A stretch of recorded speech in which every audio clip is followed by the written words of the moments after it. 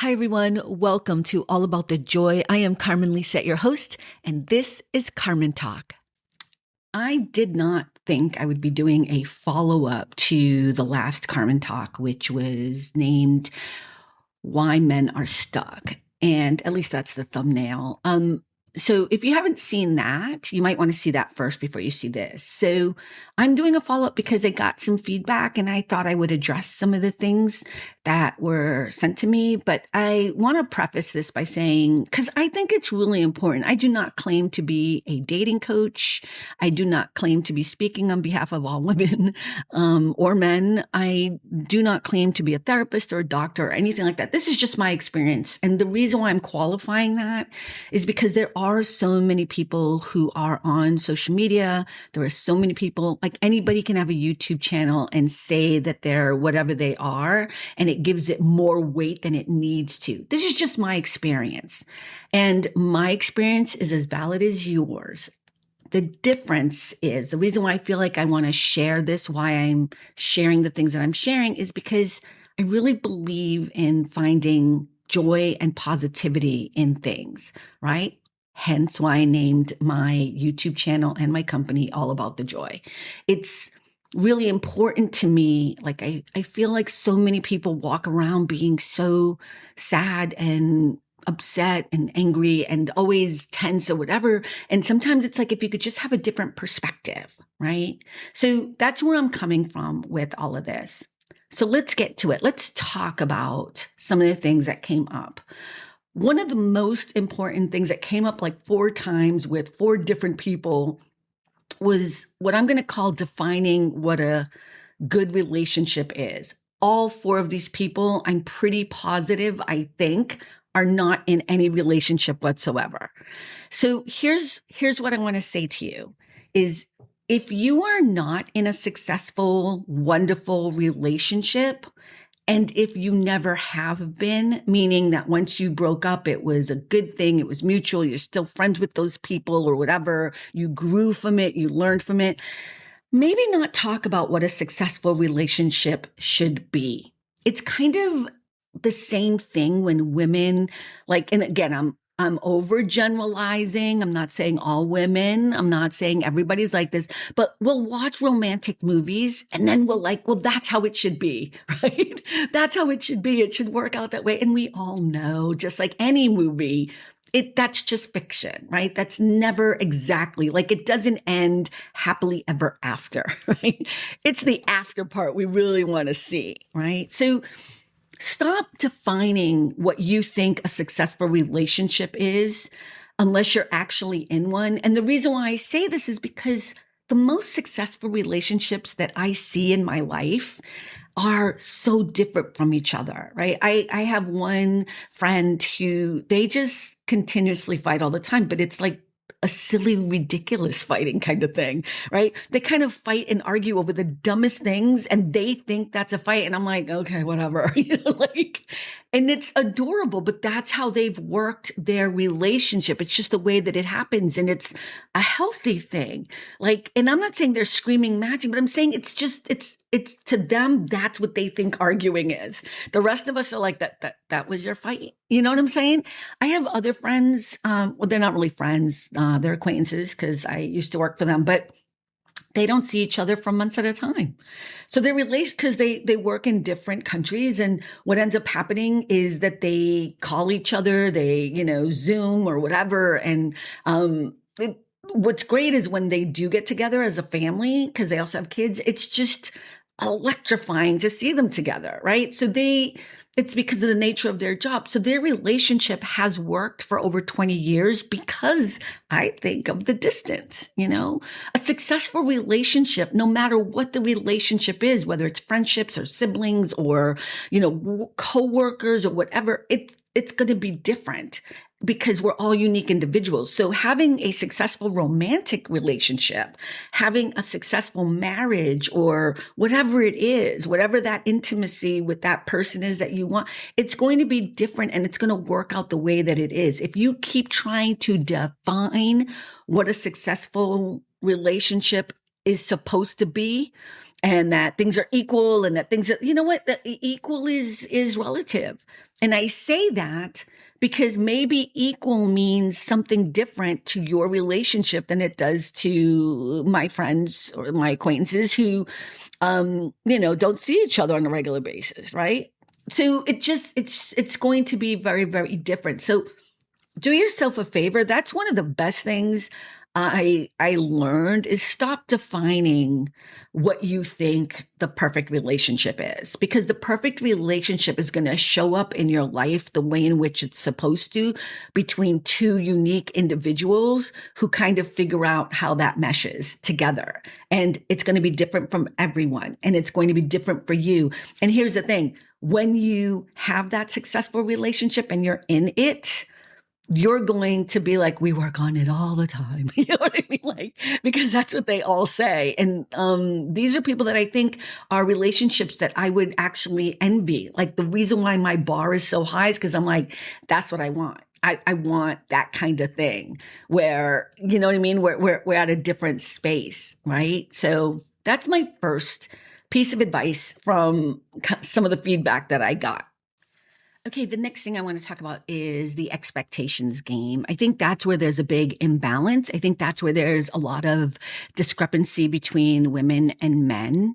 I think men have a lot of expectations of women, and I'm sure it's vice versa. I'm sure we have expectations too, but I think they're more on an emotional level.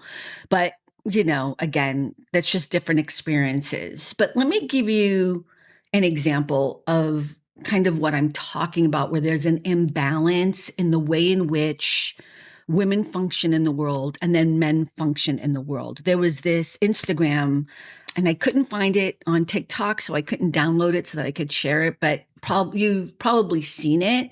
But there's this man in his car, and he has his 3 kids in the back. And he says something like, my wife is going on vacation and she left me this long list of all the things I need to do. And he opens the piece of paper and there's nothing on it. And he's like, yeah, there's nothing on it because I'm a dad. I'm not a babysitter. And it's really well done. And I mean, the implication there is, as the father, he doesn't need a list of all the things he needs to do to take care of his kids when his wife goes on vacation for a few days or a week with her girlfriends or whatever it is. But we always hear that, right? I always hear that from my friends, my girlfriends, who are like, well, I would go on vacation, or I did go on vacation, but I left him a list of all the things he needs to do and he still called me or whatever. And it's, again, I don't think men are doing anything wrong. It's like, if you don't know, you don't know. But it's kind of that thing. Society has put a lot of this pressure on women to be able to do it all. And before you start with, oh, feminine, no, that's not the conversation we're having here. Yes, we want to be able to do the things we want to do. But on the flip side, men need to be also able to take care of their own children. You're half of that equation. It is not just a woman's job to take care of kids. You see what I'm saying? So the same thing happens in the relationship, right? Women don't have to be the only ones who understand the emotional aspects of what's happening between two people. Men need to also be able to see that. And again, you are not wired to be or do anything at all. You have been told that it's not okay to be emotional as a man. You have been told it's not okay to have feelings or share those feelings. And so therefore you behave as if, but the truth is, you can have all of that too. You can be your manly self or whatever, and also have the ability to share your emotions or have feelings or take care of your own kids or understand that, the housekeeping isn't just the woman's job. It's also your job, right? Just like she can also take care of other aspects as well that have always been about men only. Like, again, we talked about this earlier in the earlier video, maybe she makes more money than you do. So she pays a heavier burden of the bills, as it should be, right? If she's making more money, then maybe she does pay the mortgage or she does whatever, right? So I think part of what's happening, especially when it comes to the dating scene, there are these nuances that women have already kind of figured out, and men are still trying to understand, or some of you are just staying in your lane and you refuse to see that the world has changed over here. Or you've noticed that the world has changed for women and you don't care. You are going to stay in your lane because this is who you are. And, I'm a man and she's a woman. And that's, your prerogative, but that's probably why you're going to remain single. This video ain't for you. I'm just saying women have changed. Men need to be able to see that and adjust and evolve and change too, right? There is no reason on the planet that any man who has children should not know how to take care of their own children. A woman, the mother of the children, should be able to go away for a day or a weekend. I mean, I've had friends tell me that they went out for a spa treatment and right, just for a day, like to get a massage and just have a little me time, and their husbands called them 2 or 3 times. And it's no disrespect, but it is kind of interesting. If there is really equality in relationships, then men would be able to easily, and I know a lot do. By the way, I know a lot of men who do, right? Like the guy in that video. I wish I could pull that up because he did a really good recording of that. It was also kind of funny because it's like, duh, yes, men do not need a whole list of how to do things. They are quite capable, right? So it's kind of that interesting dynamic to keep understanding that the expectations of what we have for each other are probably unrealistic. I talked about earlier a little bit about women, we're watching these romantic movies and we want to be swept off our feet and all of this stuffage, right? And then there's the other part of it where men are not even paying attention to the fact that things have changed and that everything isn't exactly the way you think it is. Women have evolved and have moved on, and they might be the breadwinner. They might be the person who pays for dinner. They might be the person who doesn't want to take care of a man in that way. They want you to be able to take care of yourself, I think another major problem are dating apps. I think everyone can agree that dating apps are problematic. And I'm no different. I used what used to be called Yahoo Personals. I don't know. I don't even think it exists anymore, but this was way back in the day before anybody was doing it. And it wasn't cool to be on dating apps. People would lie about how they met and stuff. And I remember I met 2 men on Yahoo Personals. I'm still friends with them today. I could call them up right now. It'd be no problem. We're decent enough friends. But the first guy I met on there, and we talked for like 3 months before I went and saw him, and he was in another state. But we spoke for like 3. There was a level of, I don't want to use the word courting because it sounds so old fashioned, but I guess that's what it is. But there was. We got to know each other. Now, you have to remember, this is also before webcams, because webcams were just coming out, because he had gotten one and I hadn't had one yet, and I didn't even know what he was talking about. So clearly I'm aging myself. But I think back then I could already see the problems with dating apps. And one of them was this: when I met him, and at this point we had seen pictures of each other, we talked on the phone, we'd done it all, right? So I remember flying into the airport, and he met me at the airport, and it was the first time I saw him face to face, and I realized, he's a gorgeous, beautiful man, but his pictures did not do him justice, because what happens on dating apps, just you all already know this, is you put what you think is your best pictures and the best parts about you, whatever. But the best things about you are things you can't really quantify. And like, he had this cute little quirky smile, like it was a little crooked. And like, I think he doesn't like it. So his pictures are always like this perfect smile, which is kind of cheesy or whatever. And I'm using this as an example because I'll never forget it. Like, I'll never forget that. I mean, he looked like his pictures, and he looked like who I thought he was. It wasn't like I was confused or anything. But what I'm saying is the problem with doing an app is what you think is the best parts about you is not the parts that people might be most attracted to.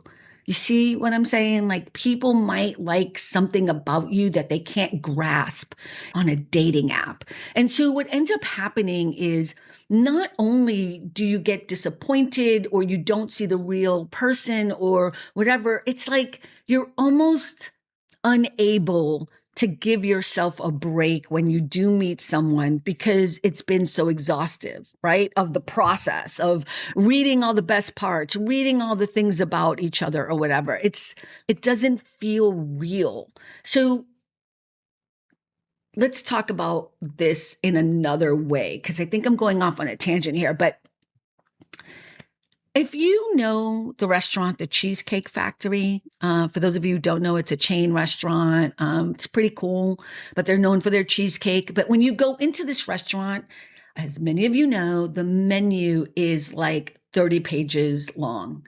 And they have every kind of food. You can get hamburgers or pasta. You can get, Korean food. You can get, I don't know if it's Korean food, but you can get everything is what I'm saying. There is not a thing in there that you could not, I know they have Greek salads and whatever. They're all over the place.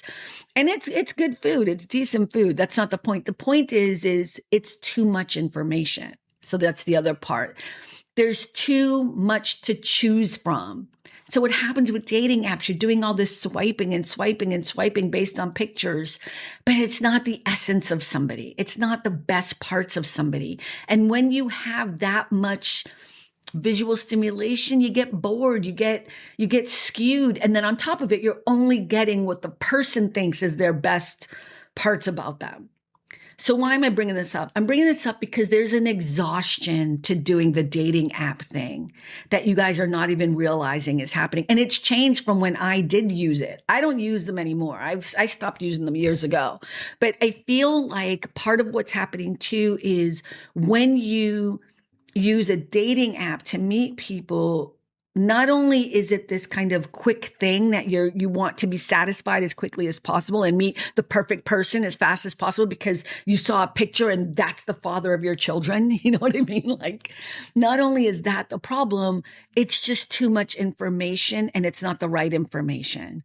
So I really feel like one of the things you could do is stop using dating apps, stop using them. Or if you're going to use them, put it in your profile that you are interested in, don't use the word courting because that sounds really old, but you would like to get to know someone first before you take that leap and even go out for a coffee or whatever. I don't know. Look, at the kids do something different nowadays, but what I'm saying is there's a process and we've gotten too fast about it. We want everything so quick. Everything is instantaneous, right? And I know you can go check somebody's Instagram. You can go check somebody's YouTube. You can find out all this stuff about them. And yet I'm still going to say when you meet somebody face to face, and you get a moment to actually talk to them and experience something with them, like if you're hiking or you're at the grocery store having a conversation about whatever, like that, it changes the dynamic, So I'm just saying, if you're going to use dating apps, remember there's an exhaustion there. And a lot of women, so I'm older, right? I've told people I'm in my 50s, so it's a little bit different. We tired, like not because of men and women, but because you get in your 50s, you're like, I'm done with this BS, But I still hear from my friends who are younger who are really done with the whole dating app thing because people don't look like their pictures. That's what I'm kind of saying. And I'm not talking about people lying, just you can't capture it. People saying that people are lying on their profiles. I'm like, well, I don't think anyone's lying in their profiles. I'm thinking people are trying to put their best foot forward, right? Maybe go back to a thing where it's more about meeting people, getting to know people, and taking your time. All relationships take time. The dating app thing is just another way to access the possibility to meet someone that you might have an interest in if you take the time to get to know them. And it may seem like a long time, 3 months, but it's not. And I'm not saying you have to do 3 months. That's just how it happens. That's just how it happened for me.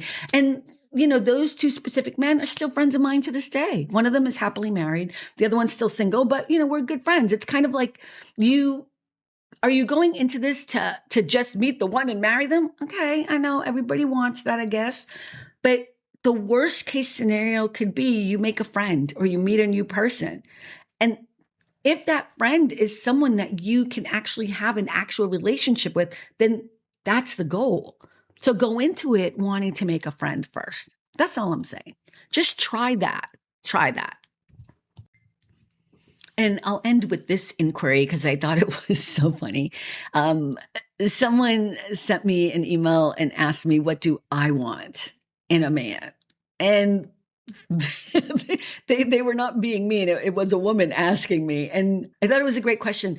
You know what? I've given up on having any real criteria because what I realize is, again, is if I go in with expectations or like, well, if he doesn't do this, this, and this, and this, then whatever, I'm going to be disappointed.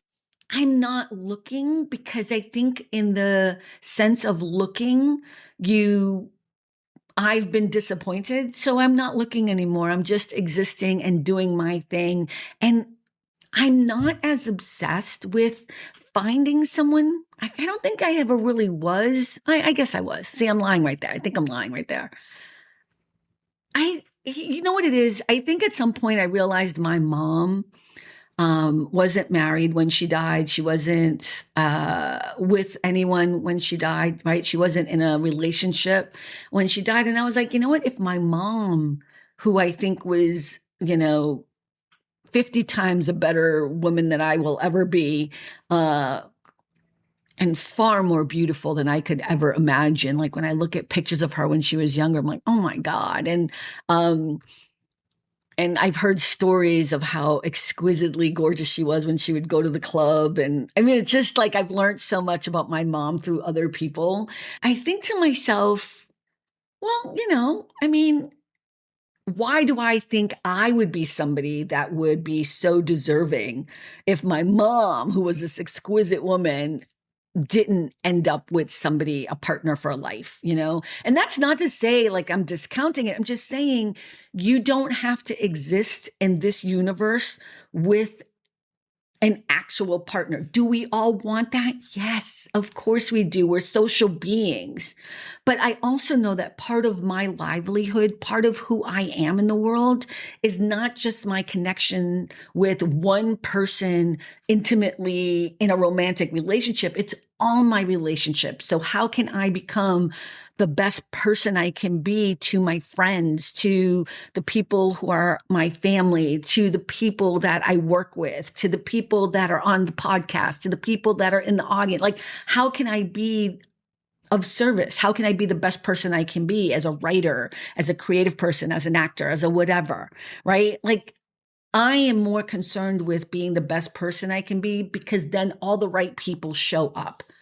And that's what my mom had, right? When I think about, and this, like, I don't mean to get all sad. I'm not sad about this, so I don't mean it that way. But one of the visions I have of when my mom died and at the funeral was that this church was packed.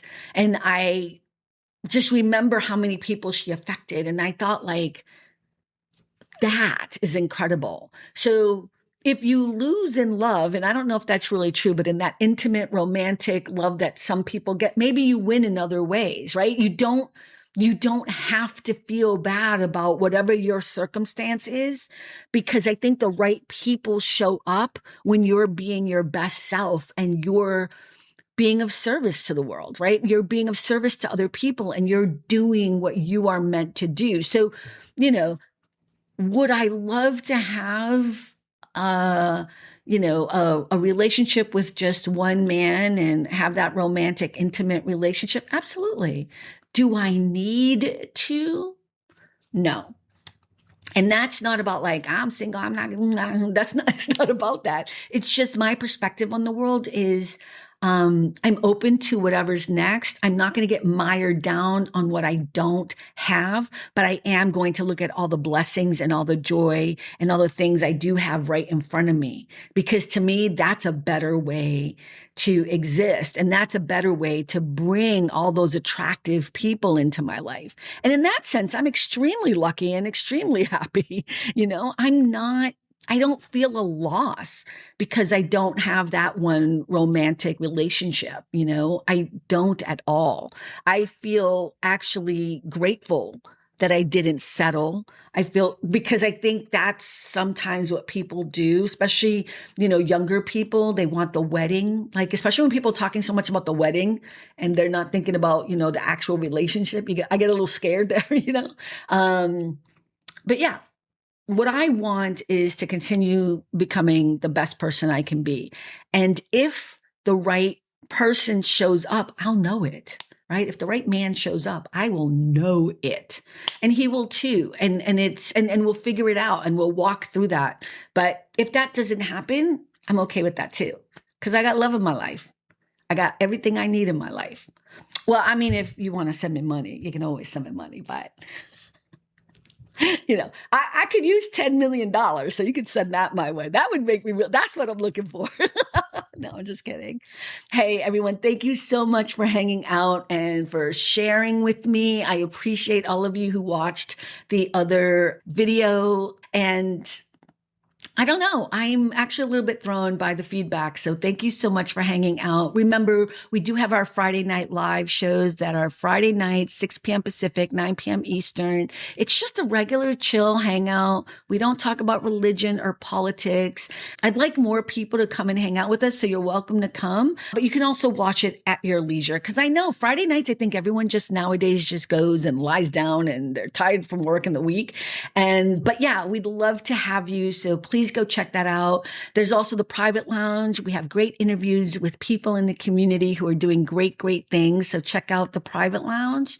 And of course, we have Culture and Consequence, which is, it's my show. It's basically me and my best friend, Andrea. We always talk once a week. And we always scream and yell about politics and anything else that's going on. And we just decided to film it and share it with everyone. So check that out, Culture and Consequence. That usually drops on Thursday nights at 6 p.m. Pacific, 9 p.m. Eastern. So yeah, thank you again for hanging out. We appreciate you. And remember, at the end of the day, it really is all about the joy. Bye now. Did I just say bye now? Bye, everyone. Thanks for stopping by All About the Joy. Be better and stay beautiful, folks. Have a sweet day.